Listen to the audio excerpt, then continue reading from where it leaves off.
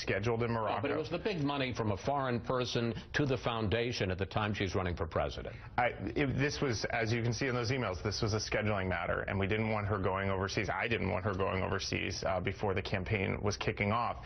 But again, these are stolen documents, stolen by the Russians. It's now confirmed from John Podesta. They are being put out for exactly this purpose. Well, the Russians and Donald Trump want this campaign to be about something else right now. Well, let me just speak to that, though, because, you know, the Trump tax returns were stolen as well when they were mailed to the New York Times. You guys didn't object to that. In fact, you jumped all over them. Well, we don't know where those tax returns come from. Well, they were clearly stolen. We don't know, and you'd have to work with the New York Times on that. Do you think that Trump had given them?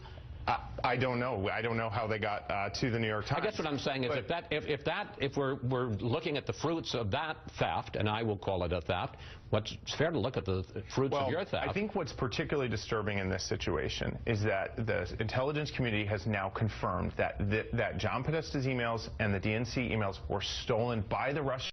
Connection. I'm talking about the $12 million from the King of Morocco and the fact that this continues to sort of show the line between private and public and Hillary Clinton and the Clinton Foundation. I think we got to look at what decisions were made. There was a meeting in Morocco. Secretary Clinton decided not to go, focus on her campaign here. And again, we're having this discussion because the Russians Chelsea want us Clinton to. went, correct?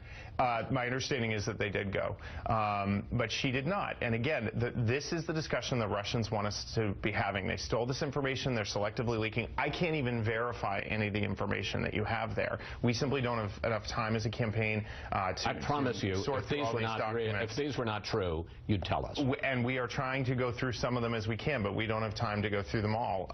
And again, this is a distraction put in place by the Russian government at the suggestion and encouragement of Donald Trump. That should be a chilling fact for every single American. Robbie, thank you. Thanks for your time today.